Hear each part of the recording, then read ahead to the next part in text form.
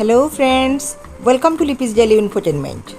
বন্ধুরা, আজকেও দুর্দান্ত একটা রেসিপি নিয়ে চলে এসেছি।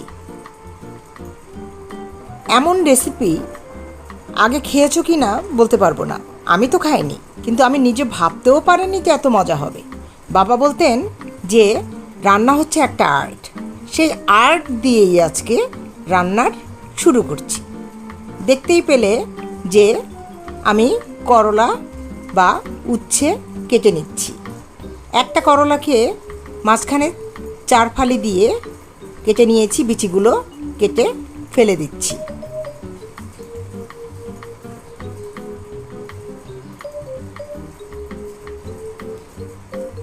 ছয় সাতটা করলা হবে, এভাবে কেটে নিয়েছি 4 ফালা করে, মাঝখানে বিচি ফেলে দিয়ে জল ফুটতে দিয়েছিলাম।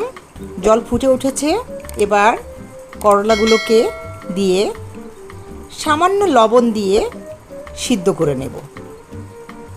মোটামুটি ভাপিয়ে নিচ্ছি, খুব বেশি পরিমাণ সিদ্ধ হবে না। ভাপানো হয়ে গেলে ঠান্ডা জলে ধুয়ে নিচ্ছি। এরপর একটা ডিশে 3 চামচ বেসন এবং 2 চামচ চালের গুঁড়ো দিয়ে আমি একটা ডোয়ের মতো করে বেটার তৈরি করে নিচ্ছি।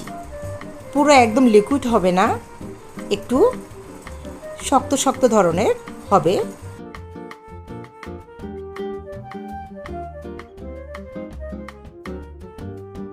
সামান্য লবণ দিয়ে দিচ্ছি, সামান্য হলুদ দিয়ে দিচ্ছি। এভাবে ভালো করে মিক্স করে নেব। থিকনেসটা দেখে নাও কতটা হলো। একটা কাঁটা চামচ রেখে দিয়েছি, এটা আমার কাজে লাগবে। এখন একটা ডিম ভেঙে দিচ্ছি। এবার কাঁটা চামচ দিয়ে এই বেটারের সঙ্গে ডিমটাকে ভালো করে মিক্স করে নেব। যতক্ষণ পর্যন্ত ভালো করে মিক্স না হচ্ছে এভাবে ফেটে নিতে থাকবো। দেখো কেমন একটা সুন্দর থিকনেস চলে এসেছে। এবার কড়াই চাপিয়ে দিয়েছি, কড়াইতে পরিমাণ মতো তেল দিয়ে দিয়েছি।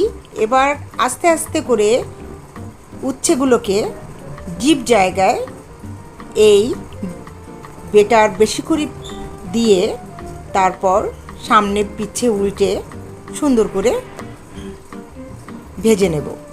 খুব বেশি মুচমুচে করার দরকার নেই, আর খুব লাল করারও দরকার নেই, মোটামুটি ভেজেই নামিয়ে নিচ্ছি। এবার রান্না করার জন্য ফ্রাই প্যান চাপিয়ে দিয়েছি। ফ্রাই প্যানে তেল দিয়েছি, আর দিয়েছি একটা তেজপাতা ছিঁড়ে 2 টুকরো করে, দারচিনি এলাচ দিয়ে দিয়েছি। এবার আগে থেকে কুচি করে রাখা পেঁয়াজ দিয়েছি, আর একই সাথে একটা আলু পাতলা পাতলা করে স্লাইস করে কেটে রেখেছিলাম, সেগুলো দিয়ে নেড়ে চেড়ে নিচ্ছি।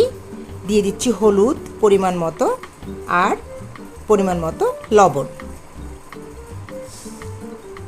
সবগুলো উপকরণ একসাথে ভালো করে ভেজে নেব।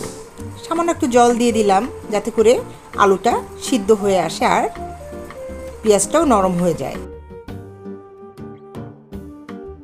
দিয়ে দিচ্ছি সামান্য জিরা বাটা, সামান্য আদা বাটা, আর খুবই সামান্য রসুন বাটা। ব্যাস বন্ধুরা, ভালো করে নেড়ে চেড়ে কষিয়ে নেব।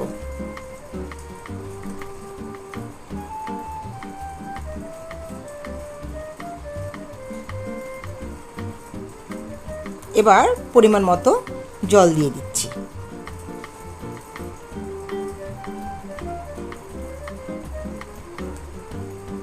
সামান্য লাল লঙ্কার গুঁড়ো দিয়েছি, সামান্য হলুদ দিয়ে দিলাম আর একটু, যাতে রঙটা ঠিকঠাক আসে। এবার কয়েকটা কাঁচামরিচ ভেঙে দিয়ে দিচ্ছি উপর থেকে।